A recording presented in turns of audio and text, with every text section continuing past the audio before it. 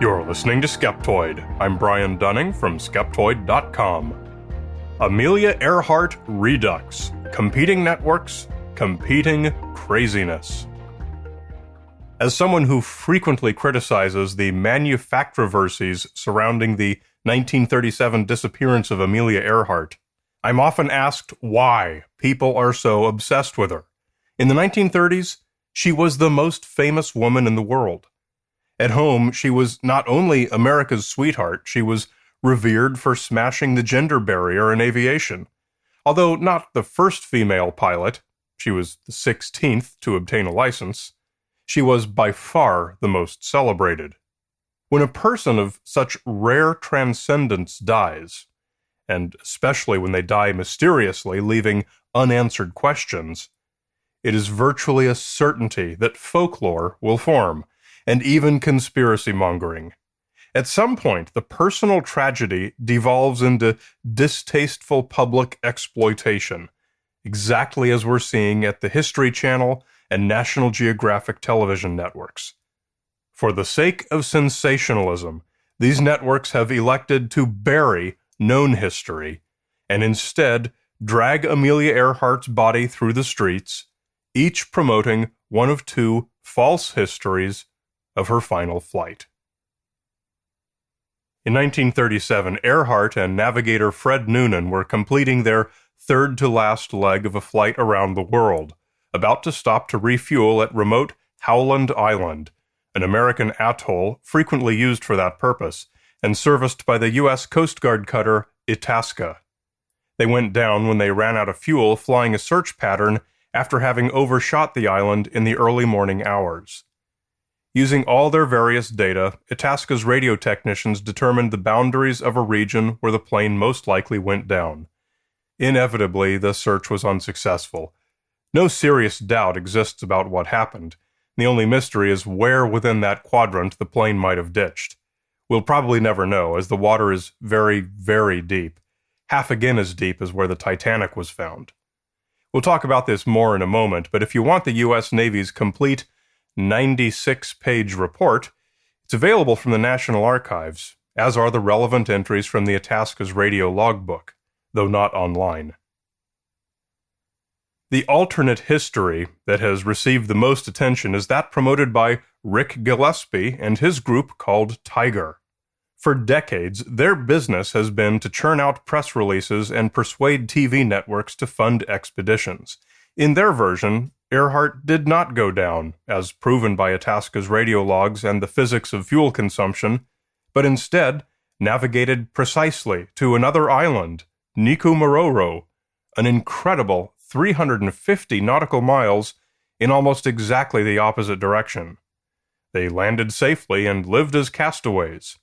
As, quote, evidence, Tiger has repeatedly offered bits of debris and bone found on the island.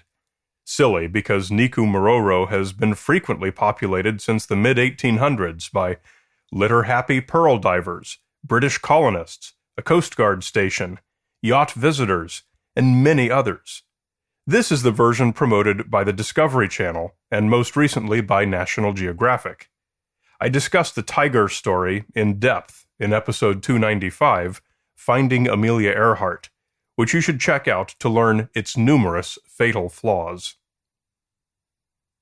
The competing alternate history comes from the History Channel, creators of fake history shows such as Ancient Aliens and Hunting Hitler, and who apparently didn't want to be outdone by National Geographic.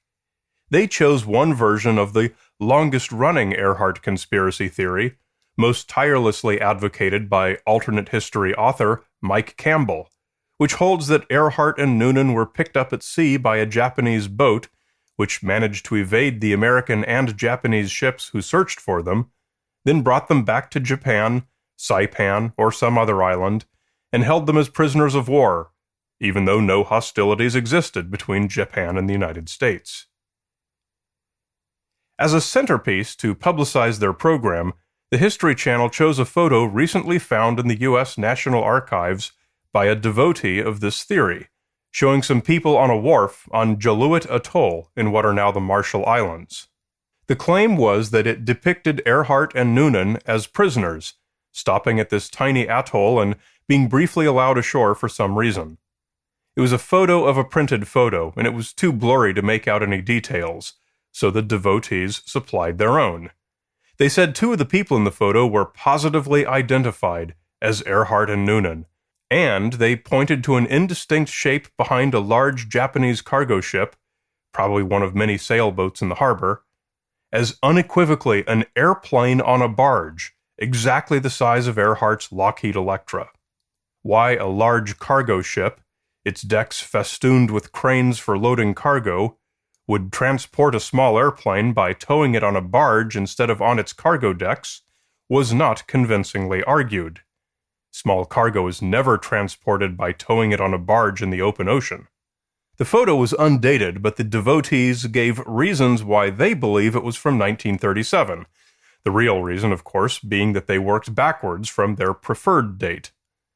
Nevertheless, History Channel promoted the photo aggressively and allowed the theory's crank proponents to give all kinds of biometric claims proving the identity of the 2 people on the dock. But just as their TV program aired, a Japanese blogger of military history, Kota Yamano, found himself skeptical of the photo. Like most of his colleagues, Yamano is pretty tired of the conspiracy theories that say Earhart was captured by the Japanese. He searched the photo database of the National Diet Library, Japan's equivalent of the Library of Congress, for pictures of Jaluit taken in the 1930s. In personal correspondence, he told me he found the photo in about 30 minutes. It was from 1935, not 1937. It was from a photo book sold by a boutique shop on Japanese-owned Palau. It was printed on October 5, 1935, and published on October 10, 1935. Its title doesn't really directly translate, but it's roughly Life on the Ocean, Images of the South Seas. Photo Book of the South Seas Archipelago. The picture appears on page 44, and its caption translates approximately as, Jabor is an exceptional port. Once a month when a large cargo ship arrives, the harbor is crowded with the schooners of governors and other officials from all the nearby islands. Jabor is the sole town on Jaluit, only about 50 acres. Both of these translations are my own syntheses of translations from 2 Japanese friends. Thanks, Yuko and Shiggy. Obviously, this discovery completely obliterated the central claim of History Channel's program and laid bare a monumental fact-checking failure. Side note, it's worth mentioning that their Hunting Hitler program did the same thing with a picture they claimed was Hitler as an old man living in Argentina. The picture was later found to be Mo Howard of the Three Stooges. The publication date, there in black and white on the page of the book in Japan's National Library, proves the photo had nothing to do with Earhart. As Twitter erupted in gloating and jeers, a few suggested that it still might be her in the photo, perhaps from a 1935 visit. However, this is even easier to disprove. As one of the world's most famous people, she was extensively biographied, and all her travels throughout the 1930s are a matter of record. She had never visited that part of the South Pacific. However, there is no point in trying to debunk either alternate theory, or any of the others that exist. They are Elvis sightings. We know Elvis died, we have his body and coroner report. There is no need to give any due to any claim that he is still alive. Similarly, we do know what happened to Earhart, and there is no need to give any attention to any alternate history already known to be impossible. Let's now look at why. On the online transcript for this episode at Skeptoid.com, I've placed a map showing the area determined by the crew of the U.S. Coast Guard cutter Itasca to be the area where Earhart and Noonan went down. It is a pie slice north of Howland, with its long sides at 337 degrees and 45 degrees, its minimum distance 40 nautical miles from the island, and its maximum 200 nautical miles. Imagine a slice of pizza 200 millimeters long with a 40 millimeter bite out of the tip. When you see it on a map of the Pacific, It is despairingly large. Clearly, it was hopeless for the Itasca, even with all the other ships that joined the search, to have found any sign of the crash. It's often pointed out by the historical revisionists that mystery surrounds the end of Earhart's flight, and that we don't know exactly what happened. While this is true, it's also misleading, because that uncertainty exists within solid boundaries. We do know, beyond any reasonable doubt, that their last fumes of fuel would not have allowed them to fly outside of this pizza slice.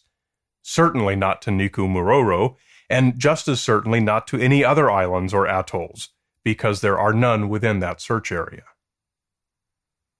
So when we say that Earhart's loss remains a mystery, what we're saying is that it's unknown where within that pizza slice their plane went down. There is also a possibility that they went down just outside that pizza slice, a possibility that diminishes very rapidly with any meaningful distance. This is what every piece of real evidence shows. Therefore, it is what all credible historians agree upon. By every tenet of rationality and every process of a science-based investigation, there is no reason to consider alternate theories that require us to violate the facts that we do know. Since these alternate histories did not happen, they are supported by no verifiable evidence, nor will any surface in the future. Like all crank theories, they are supported instead by communities of passionate believers who point to every anecdote and misinterpretation that they believe can be shoehorned into supporting their theory. They simply ignore the fact that what's known about the end of Earhart's flight makes their theory impossible, and they focus instead on the distortions, anomalies, and unknowns, which they then weave into complex narratives bolstered by fantastic minutiae. It is precisely these volumes of cherry-picked trivia that make their tales appear to be built upon impregnable and thoroughly researched foundations. It is this appearance of strength that so easily allows them to recruit new believers and to impress inexperienced content producers at the networks. So it is with no great surprise that we see History Channel and National Geographic pouring their limitless resources into promotion of whichever theory's press release reached them first. Consequently, we see their own press releases, gilded with their own illustrious names, being uncritically parroted by virtually every major news network in the English-speaking world. At best, this type of reporting is lazy. At worst, it is a conscious discard of reality in favor of sensationalism. It may be done under the banner of good entertainment, but the harm it does extends well beyond the television set. Amelia Earhart was one of our great representatives of women achieving excellence in STEM, science, technology, engineering, and math. She was a pioneer and a role model in every way. But the image we have of her today is profoundly clouded by these false histories and conspiracy theories cloaked upon her by these television networks. They do a great disservice, not only to her memory and to her legacy, but also to today's young women whom she might otherwise be inspiring. Amelia Earhart was 39 years old. She served as a nurse during World War I, was awarded the Distinguished Flying Cross, and held numerous speed, solo, and non-stop flight records.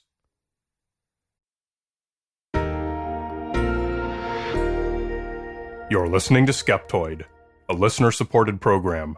I'm Brian Dunning from Skeptoid.com.